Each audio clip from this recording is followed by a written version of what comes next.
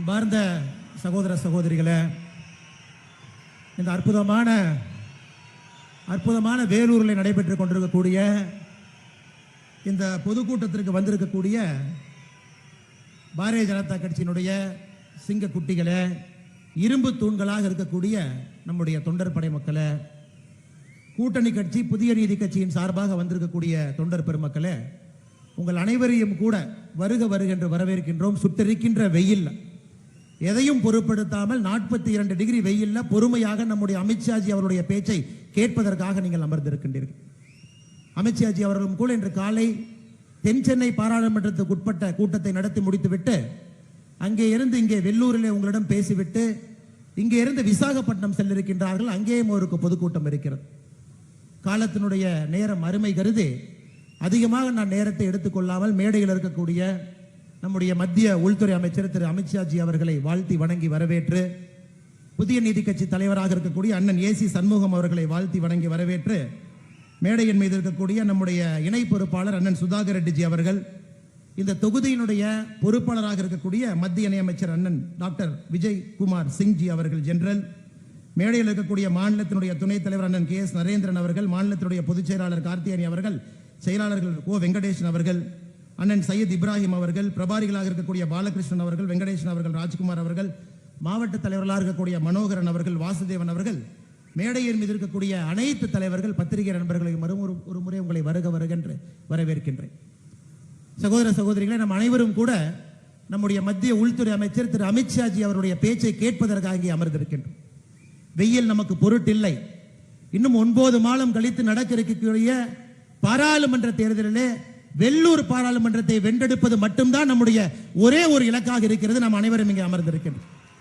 நிச்சயமாக நம்முடைய அமித்ஷாஜி அவர்கள் பேசும் பொழுது 9 ஆண்டு காலம் எப்படி இந்தியாவை அடிப்படையிலே மாட்டி இருக்கின்றோம் என்று பேசுவார்.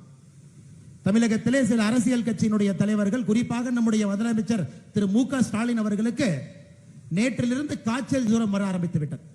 அமித்ஷாஜி அவர்கள் தமிழக மன்னருக்கு வர ஆரம்பித்து விட்டார் என்று தெரிந்தவுடன் சேலத்திலே காய்ச்சல் தொடங்கிவிட்டது. சொல்லுங்க 9 வருஷம் என்ன பண்ணீங்கன்னு சொல்லுங்க அப்படி. முதலமைச்சர் அவர்களே சொல்வதற்காகத்தான் இந்த கூட்டம் நடைபெற்றுக் கொண்டிருக்கிறது. நீங்கள் அமித்ஷாஜி அவர்கள் வரும் பொழுது லைட்டை வேணா ஆஃப் பண்ணலாம். தொண்டர்களுடைய உற்சாகத்தை எப்பொழுதும் கூட உங்களால் ஆஃப் செய்ய முடியாது. 2024 பாராளுமன்றத்திலே தமிழகத்திலே நம்முடைய கூட்டணி என்டிஏ கூட்டணியிலிருந்து அமித்ஷாஜி அவர்கள் இன்று காலை சென்னையிலே சூழ்நிலைத்திருக்கின்றார்கள். 25 எம்பிக்களை குறைந்தபட்சம் புதிய பாராளுமன்றத்தில் செங்கோலுடைய ஆசீர்வாதத்தோடு பாராளுமன்றத்திற்கு செல்வார். அமித்ஷாஜி அவர்கள் பேசுவதற்கு முன்பு ஒரு குறிப்பை மட்டும் 2 நிமிடத்தில் வைத்து உள்துறை அமைச்சர் சொல்லுவார். 10 ஆண்டு காலம் மத்தியிலே UPA 1 UPA 2, 10 ஆண்டு காலம் திமுக கூட்டணியில் இருந்தீங்க. நீங்கள் செய்த சாதனையையும் கூட நானே இந்த மேடையிலே சொல்லுகின்றேன். முதலமைச்சருடைய காது கேட்கும் அளவிற்கு நான் கத்தி சொல்லுகின்றேன். நீங்கள் செய்த முதல் சாதனை என்னன்னா, டெல்டா பகுதியில் தஞ்சாவூருக்கு மீத்தேன் ஹைட்ரோ கார்பன் திட்டத்தை திட்டம் போட்டு விவசாயிகளை அழிப்பதற்காக நீங்கள் கையெழுத்து போட்டு கொண்டு வந்த மெட்ரோ திட்டம் நீங்கள் போட்ட முதல் சாதனை. TR பாலு மற்றும் கனிமொழி அவர்கள் வளத்தை கொளிப்பதற்காக சேது சமுத்திர திட்டத்தை கொண்டு வந்தீர்கள். 2G ஊழல் செய்து உலக மக்கள் அனைவருக்குமே ஊழலை எப்படி விஞ்ஞான முறையில் செய்வது என்கின்ற ஒரு புதிய ஊழல் திட்டத்தை அறிமுகப்படுத்தினீர்கள். 2009 இலங்கையிலே உள்நாட்டு போர் நடக்கும் பொழுது 1,54,000 பேர் கொன்று குவிக்கப்பட்ட பொழுது ஏர் கூலர் முன்னாடி உட்கார்ந்து உங்க குடும்பத்திற்கு எப்படி கேபினெட் மந்திரிகளை வாங்க வேண்டும் என்று டெல்லிக்கு ஓடிக்கொண்டிருக்கின்றீர்கள். அந்த ஊழலையும் திட்டத்தையும் செஞ்சீங்க. தொடர் மின்வெட்டு திட்டத்தை தமிழகத்திற்கு அளித்தீர்கள். பிக்சிங் செய்து மருத்துவக் கல்லூரியினுடைய சீட்டை ஏழை மக்களுக்கு வராமல் பணக்காரர்களுக்கு மட்டும் செல்வதற்காக ஒரு திட்டத்தை கொண்டு வந்தீர்கள். இன்னைக்கு இருப்பது G2, உங்களுடைய ஆட்சியில் இருந்தது கிரீன் ஹவுஸ் ப்ரமோட்டர். அந்த திட்டத்தையும் கொண்டு வந்து விவசாய மக்களுடைய நிலத்தை பிடுங்கி பட்டா போட்டு விற்றீர்கள். படம் தயாரித்து கொடுத்தால் சாராய ஆலை இலவசம் என்கின்ற புது திட்டத்தின் மூலமாக தமிழகத்திலே சாராய ஆலை கொண்டு வந்தீர்கள். வெளிநாட்டிலிருந்து முதலமைச்சர் அவர்களே இல்லீகலாக ஹம்மர் காரை இறக்குமதி செய்து புதிய திட்டம் வைத்திருக்கின்றீர்கள். அதற்கு உங்க மேல CBI வழக்கு கூட இருக்கு. Red Giant Movie, Sun Picture, Cloud9, மோகனா மூவி தமிழக மக்களுடைய கலை தாகத்தை தீர்ப்பதற்காக புதிய ஒரு கலை திட்டத்தை கொண்டு வந்தீர்கள். ஜல்லிக்கட்டு போட்டிக்கு தடை விதிப்பதற்காக கூட 2011 ஒரு திட்டத்தை கொண்டு வந்தீர்கள். இதுதான் உங்களுடைய சாதனையை தவிர நீங்கள் செய்த அனைத்தும் கூட தமிழக மக்களுக்கு 10 ஆண்டுகளாக வேதனை மட்டும்தான். அதனால் அதிகமாக நேரத்தை எடுத்துக்கொள்ளாமல் நம்முடைய அமித்ஷாஜி அவர்கள் இப்பொழுது பட்டியலிடுவார். 9 ஆண்டுல எப்படி இந்தியா மாறி இருக்கிறது, எப்படி தமிழகம் மாறி இருக்கிறது, எந்த விதமான திட்டம் அடிப்படையிலே மக்களுக்கு மாற்றத்தை ஏற்படுத்தி இருக்கிறது. நமக்கு பேசுவதற்கு மேடை இருக்கிறது. 9 மாத காலம் நாம் ஒன்றாக பயணிக்க வேண்டும். ஆனா இன்னைக்கு இது அமித்ஷாஜி அவர்களுடைய மேடை. உற்சாகப்படுத்துவதற்காக நமக்காக வந்திருக்கின்றார்கள். அவர் சொல்லுகின்ற குறிப்பை மனதிலே நிலைநிறுத்திக் கொள்வோம். 9 மாத காலம் கடுமையாக உழைப்போம். முதல் வெற்றி தமிழ்நாட்டில் வெள்ளூர் பாராளுமன்றத்திலிருந்து வரும் என்று சூளுரைத்த இந்த கூட்டத்திற்கு வந்திருக்கக்கூடிய எல்லா தொண்டர்களும் கூட திரும்ப நீங்கள் இல்லத்திற்கு செல்லும் பொழுது சங்கல்பத்தோடு செல்ல வேண்டும் என்று சொல்லி வாய்ப்பு கொடுத்த வெள்ளூர் திருப்பத்தூர் மாவட்டத்தினுடைய தலைவர்களுக்கு நன்றியை தெரிவித்து நேரடியாக அடுத்து அமித்ஷாஜி அவர்கள் பேச வருமாறு அன்போடு அழைக்கின்றேன். பாரத் மாதா கி ஜெய்.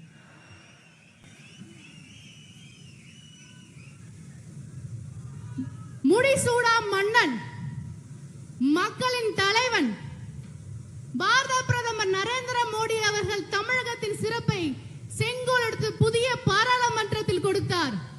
இன்று சொன்னதையும் சொல்லாதையும் தன்னுடைய சாணக்கிய தந்திரத்தில் இந்தியா முழுக்கும் காவி கூடிய ஆட்சி நிரப்பிருக்கும் நம்மளோட மரியாதைக்குரிய திரு அமித்ஷாஜி அவர்களுக்கு செங்கோலனை ஏசி சண்முகம் அவர்கள் வழங்கி சிறப்பிப்பார்.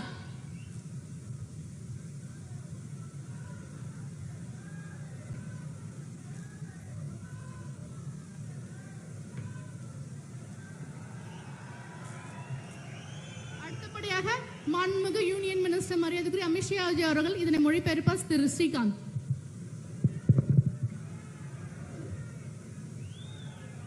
मेरे साथ बोलिए भारत माता की।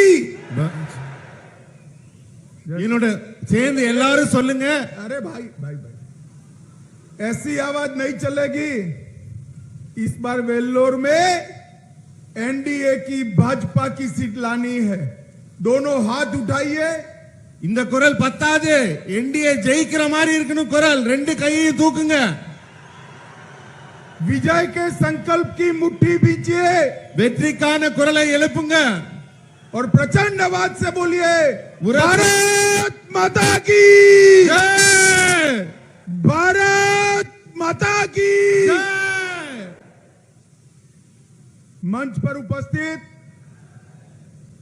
जिन्होंने तमिलनाडु में भारतीय जनता पार्टी को पूरे जोश के साथ गांव-गांव तक पहुंचाने का काम किया है, ऐसे मेरे छोटे भाई श्री के अन्नामिलाई जी, ताली बजाओ सभी लोग। தமிழ்நாட்டின் பட்டி தொட்டி கிராமங்களில் எல்லாம் பாரதிய ஜனதாவை வேகம் எடுக்க வைத்த என் அன்பு தம்பி அண்ணாமலை அவர்கள், श्री एसी सन्मुगम जी, Shri VK Singh ji, doctor P Sudhakar Reddy ji, के एस नारायण जी, श्रीमती पी कार्तिकेयन जी, श्री जे मनोहरन जी, और आज पूरी वेल्लोर कॉन्स्टिट्यूएंसी से हजारों की संख्या में इतनी कड़ी धूप में आए हुए प्यारे भाइयों बहनों और मेरे जिगर के टुकड़े जैसे युवा मित्रों, இன்று வேலூரில் கடுமையான வெயில்ல கூட என்னுடைய அன்பு தம்பிகள் என் இதய मित्रों, सबसे पहले मैं भारत की महान भाषा तमिल में बोल नहीं सकता, इसलिए आप सभी से माफी मांगकर मेरी बात की शुरुआत करता हूं। உங்க அத்தனை பேர் முன்னாடியும் பாரதத்தின் தொன்மையான மொழியான தமிழ் மொழியில் பேச முடியவில்லையே என்பதை நான் மிக வருத்தத்தோடு சொல்லி மன்னிப்பு கேட்டுக்கிறேன். मित्रों, आज मैं वेल्लोर आया हूं तब ये ऐतिहासिक भूमि के थिरुकदासामी चेट्टियार जी को प्रणाम कर कर मेरी बात की शुरुआत करता हूं। இந்த இதிகாசம் வரலாற்று சிறப்புமிக்க வெள்ளூர் பூமியிலே திரு கந்தசாமி செட்டியார் அவர்களை வணங்கி என் உரையை தொடங்குகிறேன். मैं भारत के महान स्वतंत्रता सेनानी श्री कल्याण रमन जी को भी प्रणाम कर कर मेरी बात की शुरुआत करना चाहता हूं। வேலூரின் புகழ்பெற்ற சுதந்திர போராட்ட வீரர் கல்யாணராமன் அவர்களையும் வணங்கி இந்த உரையை தொடங்குகிறேன். आज मेरा यहां आने का मकसद हमारे प्रिय प्रधानमंत्री नरेंद्र मोदी जी के नेतृत्व में भारतीय जनता पार्टी और एनडीए की सरकार के 9 साल पूरे हुए हैं, इसलिए मैं तमिलनाडु की जनता को धन्यवाद कहने के लिए यहां आया हूं। நான் இங்க உங்க முன்னாடி வந்திருக்கிறதுக்கான மிக முக்கியமான காரணம் நம் மதிப்பிற்குரிய பாரத பிரதமர் திரு நரேந்திர மோடி அவர்கள் 9 ஆண்டு கால ஆட்சியை மிக சிறப்பாக நடத்துவதற்கு தமிழக மக்கள் தந்த ஒத்துழைப்பிற்கு நன்றி தெரிவிப்பதற்காக வந்திருக்கிறேன். पहले 10 साल तक कांग्रेस डीएमके की सरकार तमिलनाडु में चली, जिसने 12,000 करोड़ के घपले घोटाले भ्रष्टाचार किया।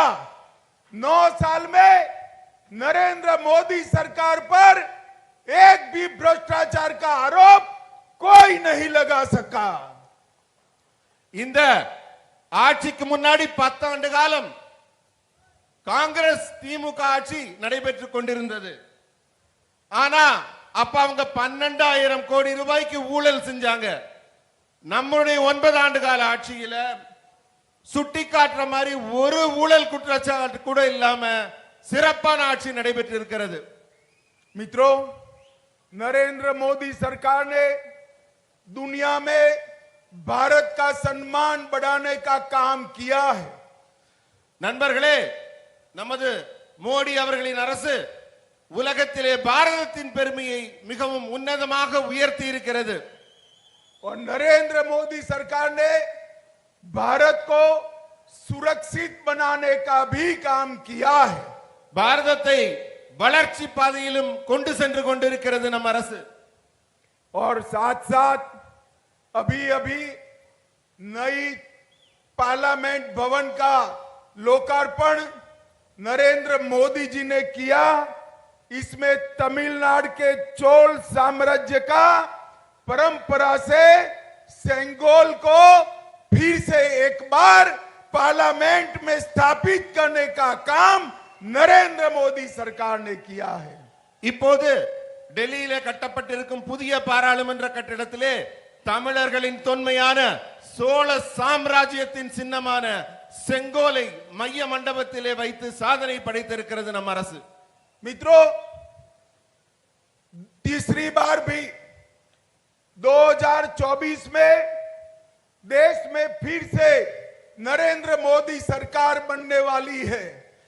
நண்பர்களே, மீண்டும் 2024 மூன்றாவது முறையாக நமது நரேந்திர மோடி அவர்களின் அரசு மீண்டும் உருவாக இருக்கிறது. परंतु मैं आपको विनंती करने आया हूं कि 2024 में नरेंद्र मोदी जी को तमिलनाडु का आशीर्वाद मिले और 25 से ज्यादा सीटें तमिलनाडु में एनडीए जीतकर मोदी जी प्रधानमंत्री बने। நண்பர்களே, 2024 என்ன சிறப்பு இருக்கணும்னா தமிழ்நாடு மக்களின் ஆசீர்வாதத்தோட 25 பாராளுமன்ற தொகுதிகளை நீங்கள் வென்று கொடுக்க வேண்டும். मित्रों, आज सुबह में संगठन की बैठक कर आया हूं। हमारे प्रदेश अध्यक्ष अन्ना मलाई ने जिस प्रकार से संगठन बनाया है, मुझे पूरा विश्वास है कि तमिलनाडु में इस वक्त इस साल 2024 में 25 से ज्यादा सीटें एनडीए जीतकर मोदी जी के साथ तमिलनाडु से कई मंत्री नए मंत्रिमंडल में शपथ लेंगे, इसका मुझे विश्वास है। இன்றைக்கு காலையில கட்சியின் அமைப்பு கூட்டம் நடைபெற்றது. அப்போது நமது மாநில தலைவர் அண்ணாமலை அவர்கள் எப்படி அதை நடத்தி கொண்டிருக்கிறார் என்று பார்த்தபோது எனக்கு ஒரு நம்பிக்கை பிறந்தது. அதாவது 25 சீட் இல்ல, அதுக்கும் மேல பாராளுமன்றத்தை வென்று தமிழகத்தின் அமைச்சர்கள் மத்திய அமைச்சரவையில் இடம் பிடிக்க போகிறார்கள். मित्रों, नरेंद्र मोदी जी और भारतीय जनता पार्टी ने महान तमिल भाषा, तमिलनाडु के महान इतिहास और हमारी तमिलनाडु की संस्कृति के लिए ढेर सारे काम किए हैं। நமது நரேந்திர மோடி அவர்கள் பாரதிய ஜனதா கட்சியின் சார்பிலே தமிழ் மொழியையும் தமிழ் மொழியின் தொன்மையையும் அதன் சிறப்பையும் மேம்படுத்தும் வகையிலே பல பல சிறப்புகளை சேர்த்திருக்கிறார்கள். नरेंद्र मोदी जी ने दुनिया में किसी भी देश में गए हो अपने भाषण के अंदर तमिल साहित्य, तमिल महापुरुष और तमिल संस्कृति की महानता की बात समग्र दुनिया के सामने की है। உலகின் எந்த நாட்டுக்கு நம்ம பிரதமர் போனாலும் தன்னுடைய உரையில தமிழ் மொழியின் பெருமையையும் இலக்கியத்தின் பெருமையையும் தமிழ் கவிதைகளையும் சொல்ல மறந்திருக்காரா? சிறப்பாக தமிழின் பெருமையை உயர்த்தி இருக்கிறார். अभी अभी काशी में और सौराष्ट्र में तमिल संगमम कर कर तमिलनाडु की संस्कृति को, तमिलनाडु के साहित्य को, तमिलनाडु के खान पान को गुजरात और समग्र उत्तर प्रदेश में प्रिय बनाने का काम नरेंद्र मोदी जी ने किया है। சமீபத்தில் காசி தமிழ் சங்கமம், சௌராஷ்டிரா தமிழ் சங்கமம்னு நடத்தி காசியிலும் உத்தரப்பிரதேச காசியிலும் குஜராத்திலும் தமிழின் பெருமையை, அந்த நமக்கும் அவர்களுக்கும் உள்ள உறவை உரத்து கூறி இருக்கிறார் நம் பிரதமர். काशी तमिल संगमम में प्रधानमंत्री जी ने भारत की 13 भाषाओं में तिरुकुरल का अनुवाद कर कर तिरुकुरल को भारत के घर घर में पहुंचाने का काम किया है। அன்றைக்கு காசி தமிழ் சங்கத்தில் நமது தொன்மையான மொழியான திருக்குறளை 23க்கும் அதிகமான மொழிகளிலே மொழிபெயர்த்து அந்த திருக்குறளை எல்லா மாநில மக்களும் படிக்கும் வகையிலே நமது பிரதமர் வெளியிட்டு பெருமைப்படுத்தி இருக்கிறார். पिछले माह प्रधानमंत्री जी पापुआ न्यू गिनी गए थे। उन्होंने तिरुकुरल का स्थानीय भाषा में भाषांतर कर कर विदेश में भी पहुंचाने का काम नरेंद्र मोदी जी ने किया है। போன மாதம் பப்பு நியூ கினியான் என்ற பகுதிக்கு சென்ற போது நமது பிரதமர் அங்கும் திருக்குறளின் பெருமையை பேசி இருக்கிறார். உலகின் எந்த மூலைக்கு சென்றாலும் திருக்குறளின் பெருமையை நமது பிரதமர் பேசிக் கொண்டிருக்கிறார். मित्रों, 10 साल तक डीएमके यूपीए सरकार में रही, पहले भी 8 साल तक सत्ता में रहे, परंतु सीएपीएफ की परीक्षा में, नीट की परीक्षा में, ऑल इंडिया सर्विसेज की परीक्षा में तमिल लड़कों को, बच्चों को तमिल में पेपर लिखने की छूट नहीं थी। अब ऑल इंडिया सर्विसेज, नीट और सीएपीएफ के एग्जामिनेशन तमिल भाषा में भी लिए जाते हैं। தமிழ் தமிழ் தமிழுக்காக வாழ்றோம்னு சொல்ற திமுக 10 ஆண்டு காலம் யூபிஏ கவர்மெண்ட்ல ஆட்சியில் இருந்தாங்க. அதுக்கு முன்னாடி 8 ஆண்டு காலம் இருந்தாங்க. அப்ப சிஆர்பிஎஃப் தேர்வாகட்டும், நீட் தேர்வாகட்டும், சிவில் சர்வீஸ் தேர்வாகட்டும், ஆனா தமிழ் மக்கள் தமிழ் மொழியில அந்த தேர்வை எழுத முடியாத நிலை இருந்தது. நாம் ஆட்சிக்கு வந்த பிறகுதான் திரு நரேந்திர மோடி அவர்கள் தலைமையிலே இப்போது சிஆர்பிஎஃப் தேர்வாகட்டும், நீட் தேர்வாகட்டும், சிவில் சர்வீஸ் ஐஏஎஸ் தேர்வாகட்டும், இதையெல்லாம் தமிழ் மக்கள் தமிழ் மொழியிலேயே எழுத முடிகிறது. मित्रों, चीन के राष्ट्रपति भारत के एक ही देश में जाने वाले थे, तो मोदी जी ने चीन के राष्ट्रपति को आने के लिए हमारे महान तमिलनाडु को चुनकर तमिलनाडु के टूरिज्म को प्रमोट करने का काम किया है। சீன அதிபர் எங்கேயும் போக மாட்டாரு, இந்தியாவுக்கு வர்றேன்னு அவர் சொன்னப்ப நம்ம பிரதமர் எங்க கூட்டிட்டு வந்தாரு? தமிழ்நாட்டுக்கு மகாபலிபுரத்துக்கு கூட்டிட்டு வந்தாரு. நம்முடைய சுற்றுலாவை மேம்படுத்த இதைவிட சிறப்பாக என்ன செய்ய முடியும்? मित्रों, अभी कल राज्य के मुख्यमंत्री स्टालिन जी ने एक सार्वजनिक रूप से मुझे सवाल पूछा कि 9 साल के लिए नरेंद्र मोदी जी ने तमिलनाडु के लिए क्या किया, वो बताइए।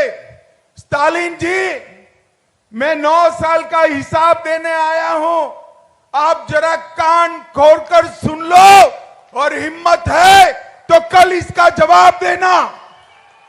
நம்ம தமிழ்நாட்டோட முதலமைச்சர் ஸ்டாலின் வந்து என்ன பார்த்து ஒரு கேள்வி கேட்கிறார். நரேந்திர மோடி அவர்கள் ஆட்சியில 9 ஆண்டுகள்ல தமிழகத்துக்கு நீங்க என்ன செஞ்சீங்கன்னு பட்டியல் போட முடியுமான்னு கேட்கிறாரு. ஸ்டாலின் அவர்களே, உங்க காது நல்லா திறந்து வச்சு கேளுங்க. நான் சொல்ல போற பட்டியலை கேளுங்க. தைரியம் இருந்தா நாளைக்கு எனக்கு இதுக்கு பதிலும் சொல்லுங்க. 2004 से 14 आप यूपीए में हिस्सेदार थे, आपके मंत्री थे। तब डिवोल्यूशन फंड 10 साल में तमिलनाडु को 95,000 मिला था, 95,000 करोड़ मिला था। அதாவது 2004ல இருந்து 2014 யூபிஏல உங்க பங்கு இருந்தது. நீங்க ஆட்சியில இருந்தீங்க. அப்ப உங்க அமைச்சர்கள் இருந்தாங்க.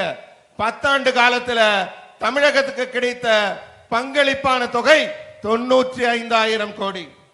आपके 9 साल में 95,000 करोड़ नरेंद्र मोदी जी ने, आपके 10 साल में 95,000 करोड़ नरेंद्र मोदी जी ने 9 साल में 2,47,000 करोड़ रुपीस देने का काम किया है। நீங்க 10 ஆண்டு காலம் ஆட்சியில இருந்து தமிழ்நாட்டுக்கு வெறும் 95,000 கோடி கொடுத்தீங்க.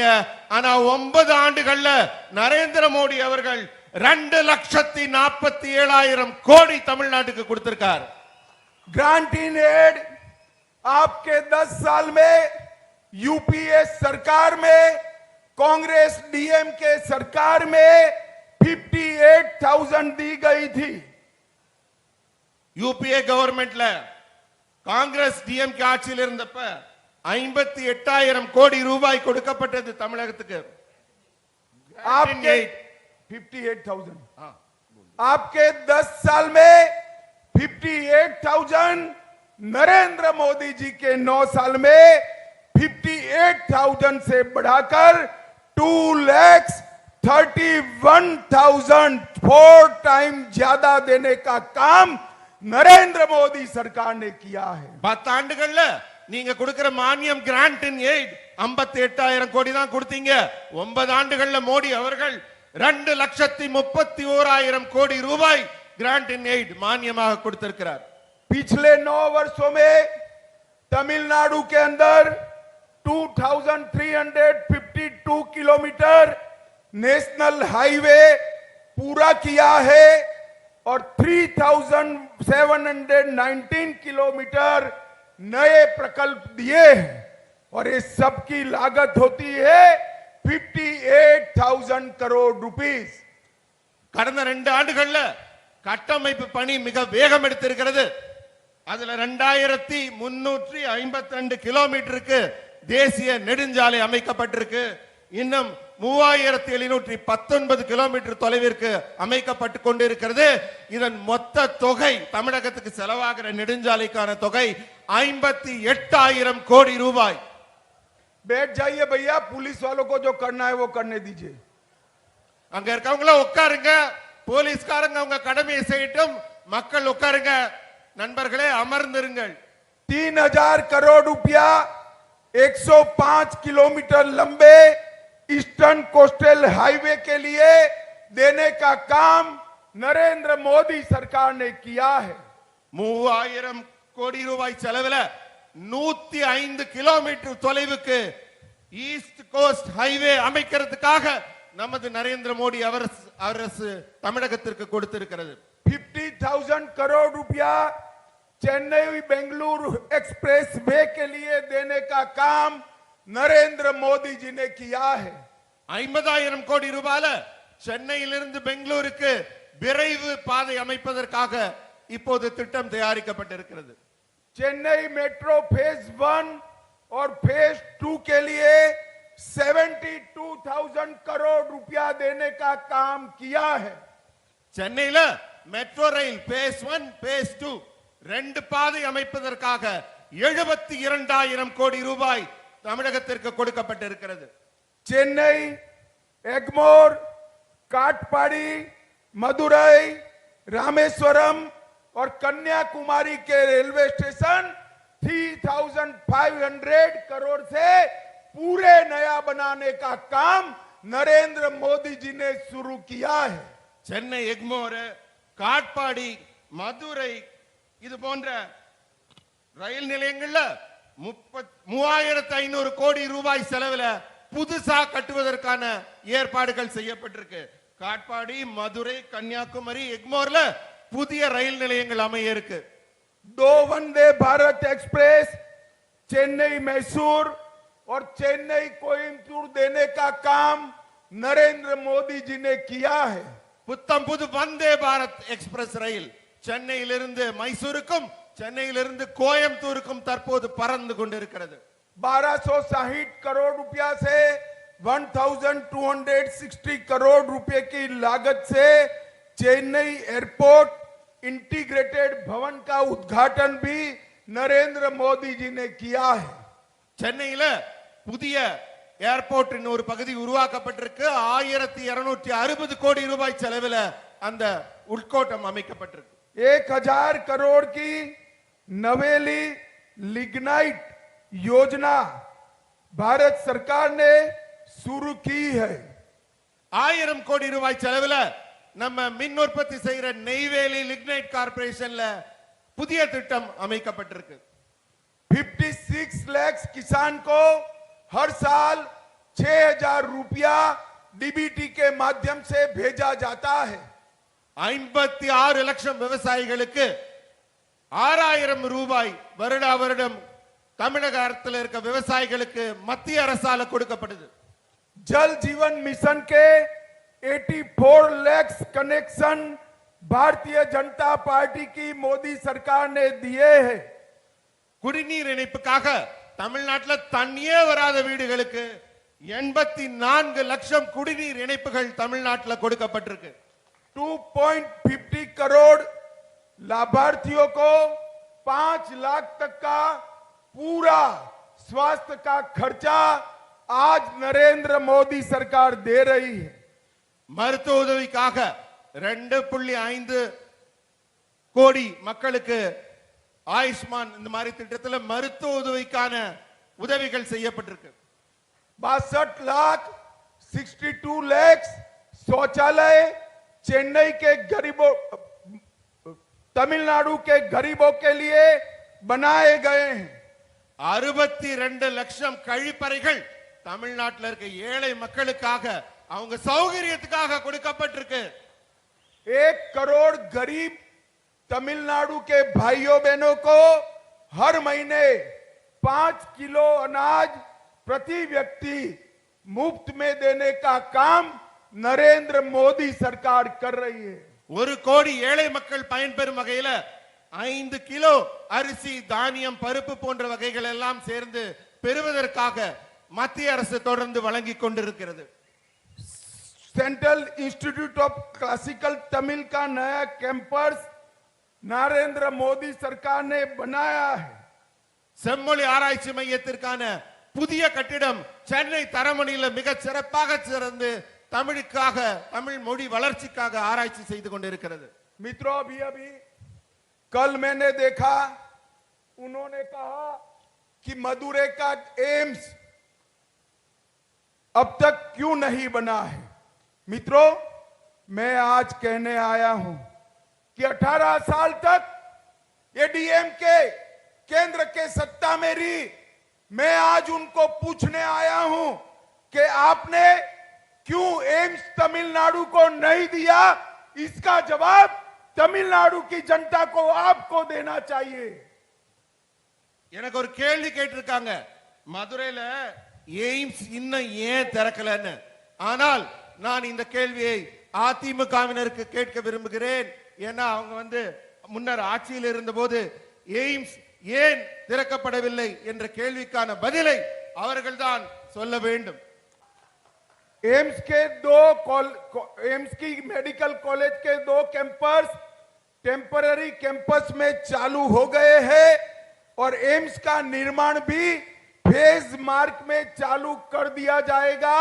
मगर आप वो जवाब दीजिए मोदी जी ने तो एम्स दिया, 18 साल तक आप केंद्र से एम्स भी नहीं ला रहे, केवल और केवल भ्रष्टाचार करने का काम ये डीएमके के लोगों ने किया है। எய்ம்ஸ் ஏன் திறக்கலன்னு எங்களை பார்த்து கேள்வி கேட்கறீங்களே. ஆனா இப்ப எய்ம்ஸ்ல phase 1 phase 2 தொடங்கி விட்டது. மக்கள்லாம் அங்க மாணவர்கள் படிக்க தொடங்கி விட்டார்கள். இங்க தொடங்கிட்டு இருக்கு. ஆனா எங்களை கேள்வி கேட்க முன்பு நீங்கள் உங்களை கேட்டுக்கொள்ள வேண்டும். 18 ஆண்டு கால ஆட்சியில் இருந்து கூட, மத்திய அரசில் இருந்து கூட ஒரு எய்ம்ஸை கூட திறக்க வேண்டும் அப்படிங்கிற எண்ணம் உங்களுக்கு ஏன் வராம இருந்தது? मित्रों, ईएसआईसी की मेडिकल कॉलेज कोयम्बतूर में स्थापित किया जा रहा है, जिसके लिए भारत सरकार ने 1500 करोड़ दिया है। இஎஸ்ஐ மருத்துவமனையின் மருத்துவ கல்லூரி கோவையில் திறக்கப்பட இருக்கிறது. 1500 கோடி ரூபாய் செலவிலே அங்கு மருத்துவ கல்லூரியும் மருத்துவ ஆராய்ச்சியும் நடைபெறும். भारत सरकार ने 11 जिलों में 11 मेडिकल कॉलेज देकर 1450 से ज्यादा स्टूडेंट की पढ़ाई लिखाई चालू कर दी है। 11 மாவட்டங்கள்ல 11 புதிய மருத்துவ கல்லூரிகள் தொடங்கி அங்கெல்லாம் இப்போது மாணவர்கள் படிக்க தொடங்கி விட்டார்கள். மருத்துவ கல்வி உதவியும் மருத்துவ உதவியும் மக்களுக்கு வழங்கப்பட்டு கொண்டிருக்கிறது. पूरे देश में 2 डिफेंस कॉरिडोर बनने थे, उसमें से एक डिफेंस कॉरिडोर अपने तमिलनाडु को देकर ढेर सारा इन्वेस्टमेंट लाने का काम नरेंद्र मोदी जी ने किया है। மொத்த இந்தியால பாதுகாப்பு சாளரம் டிஃபென்ஸ் காரிடோர் 2 இடத்துல தொடக்க இருந்தாங்க. அதுல ஒரு வாய்ப்பை நமது மோடி அரசு தமிழகத்திற்கு வழங்கி இப்போது இங்கு தொழிலும் வாய்ப்பும் அதிகரிக்கிறதுக்கான ஒரு மிகப்பெரிய ஒரு உற்சாகத்தை கொடுத்திருக்கிறாங்க. தமிழ்நாட்டுக்கு டிஃபென்ஸ் காரிடோர் கிடைச்சிருக்கு. मित्रों, ये कांग्रेस और डीएमके दोनों 2G, 3G, 4G पार्टी है। காங்கிரஸும் டிஎம்கேவும் ஊழல் மட்டும்தான் செய்யற கட்சி. 2G, 3G, 4G இது போன்ற ஊழல் மட்டும் செய்யற கட்சி. मैं 2G के भ्रष्टाचार की बात नहीं कर रहा। 2G मतलब 2 जनरेशन, 3G मतलब 3 जनरेशन और 4G मतलब 4 जनरेशन। நான் 2G, 3G, 4G ஊழல் மட்டும் சொல்லல. அவங்க 2 தலைமுறையாகவும் 3 தலைமுறையாகவும் 4 தலைமுறையாகவும் ஆட்சியில் அவங்க குடும்ப ஆட்சி நடத்திக்கிட்டு இருக்காங்கறத குறிப்பிட்டு சொன்னேன். देखिए, मारन परिवार 2G है, इसके 2 जनरेशन पॉलिटिक्स में आकर करप्शन कर रहे हैं। மாறன் குடும்பத்துல பாத்தீங்கன்னா 2 தலைமுறையா அவங்க ஊழல் செஞ்சிட்டு இருக்காங்க. करुणानिधि परिवार 3G है, इनके 3 जनरेशन पॉलिटिक्स में आकर करप्शन करने का काम कर रहे हैं। கருணாநிதியின் குடும்பத்தை பாத்தீங்கன்னா அவங்க 3G குடும்பம். ஏன்னா அவங்க 3 தலைமுறையாக ஊழல் செய்து கொண்டிருக்கிறார்கள். और गांधी परिवार 4G है, ये राहुल बाबा 4थी जनरेशन है। 4 जनरेशन से पॉलिटिक्स में सत्ता एंजॉय कर रहे हैं। 4G குடும்பம் யாருன்னா காங்கிரஸ் குடும்பம். நம்ம ராகுல் இருக்காரு, அவர்தான் 4வது தலைமுறை. 4 தலைமுறையா அவங்க நாட்டில் விதவிதமான ஊழல்களை மட்டும் செய்து கொண்டிருக்கிறார்கள். अब ये समय आ गया है 2G, 3G, 4G को निकालकर तमिलनाडु के धरती के बेटे को तमिलनाडु का शासन देने का टाइम आ गया है। தமிழ்நாட்டுல இந்த 2G, 3G, 4G ஊழல் செய்யறவங்க எல்லாம் தூக்கி எறிந்து விட்டு தமிழ்நாட்டிலே ஊழலற்ற ஒரு தமிழரின் ஆட்சி அமைக்க வேண்டிய நேரம் இப்போது வந்து விட்டது. मित्रों, मैं आज आप सबको पूछने आया हूं, मुझे बताइएगा, जरा हाथ उठाकर बताइएगा, धारा 370 हटनी चाहिए थी या नहीं हटनी चाहिए थी, और ये कश्मीर हमारा है या नहीं? நான் உங்கள்ட்ட எல்லாம் ஒரு கேள்வி கேட்கிறேன். உங்க கைகளை உயர்த்தி உரத்த குரல்ல சொல்லுங்க. ஆர்டிகல் 370 நீக்கப்பட வேண்டியதுதானா இல்லையா? காஷ்மீர் நம்முடையதுதானே? ये दोनों पार्टियां, कांग्रेस और डीएमके, धारा 370 हटाने के विरोध में थे। मोदी जी ने 5 अगस्त 2019 को कलम के एक झटके से आर्टिकल 370 को समाप्त कर कश्मीर को हमेशा के लिए भारत के साथ जोड़ने का काम किया है। காலம் காலமாக காஷ்மீர்ல கை வைக்க அச்சப்பட்டு கொண்டிருந்தது மற்ற அரசுகள் எல்லாம்.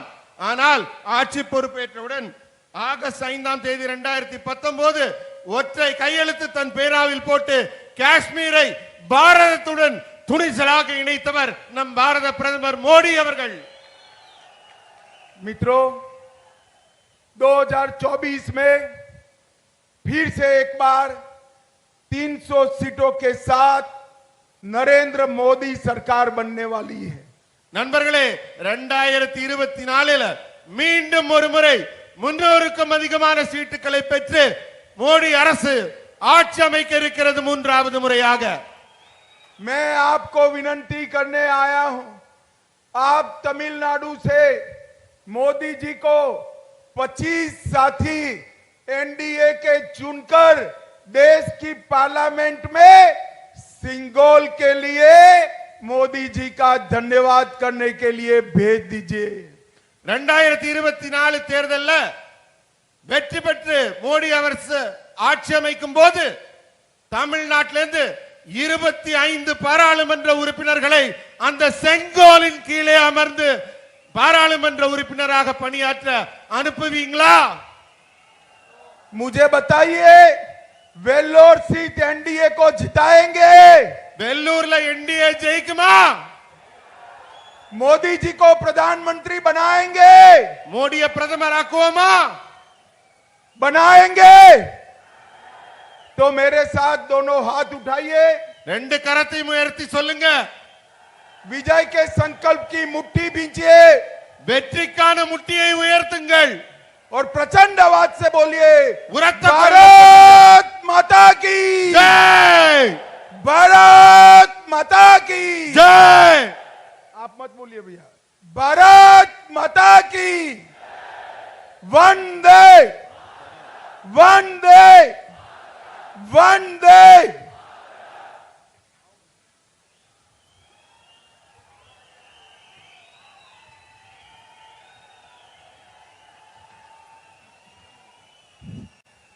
மாபெரும் வெள்ளூர் வெள்ளம் பொதுக்கூட்டத்திற்கு தலைமை பொறுப்பு ஏற்று நடத்தி கொண்டிருக்கக்கூடிய வருங்கால முதல்வர் அண்ணாமலை அவர்களுக்கும்